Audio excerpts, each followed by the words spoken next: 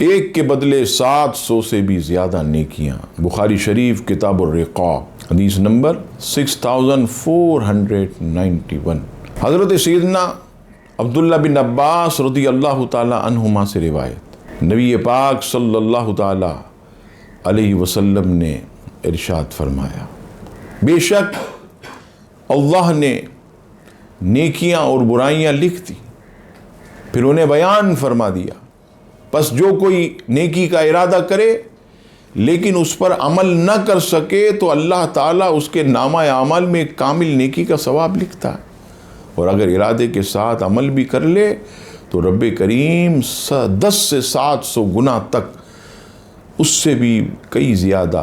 نیکیوں کا ثواب لکھتا ہے۔ اور جب کوئی برائی کا ارادہ کرے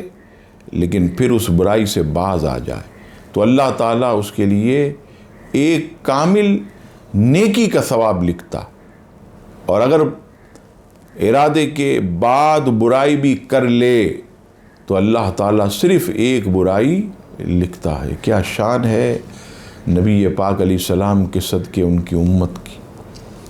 کہ نیکی کا ارادہ کرے تو فوراً ایک نیکی لکھ دی جاتی، برائی کا ارادہ کرے تو برائی نہیں لکھی جاتی، اور جب کر لے تو ایک برائی، اور نیکی کے ارادہ کرے اور جب نیکی کر لے تو فرمایا 10 سے 700 گنا تک اس کی نامہ اعمال میں نیکیاں لکھی جاتی ہیں۔ علامہ ابن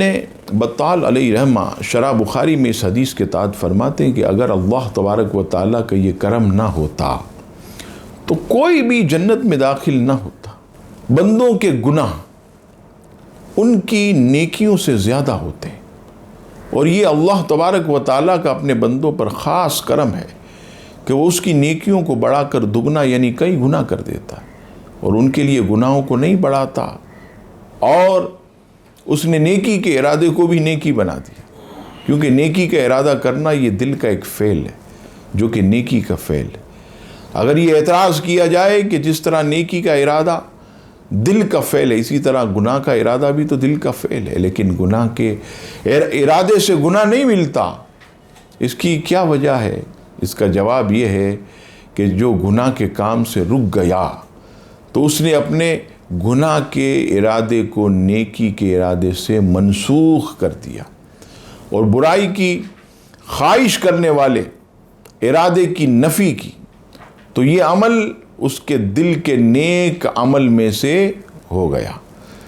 اور اسی نیک عمل پر اس کے لیے ایک نیکی لکھ دی جاتی۔ اور یہ حضور علیہ الصلوۃ کے اس ارشاد پاک کی طرح کہ ہر مسلمان پر صدقہ، یا رسول اللہ صلی اللہ علیہ وسلم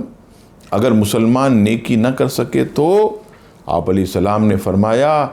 گناہ سے باز رہنا بھی صدقہ ہے۔ اللہ اکبر۔ ہمیں بھی چاہیے کہ ہم بھی نیکیوں بھری زندگی گزاریں اور جس قدر ہو سکے گناہوں سے بچتے رہیں۔ اللہ تبارک و تعالی ہم سب کو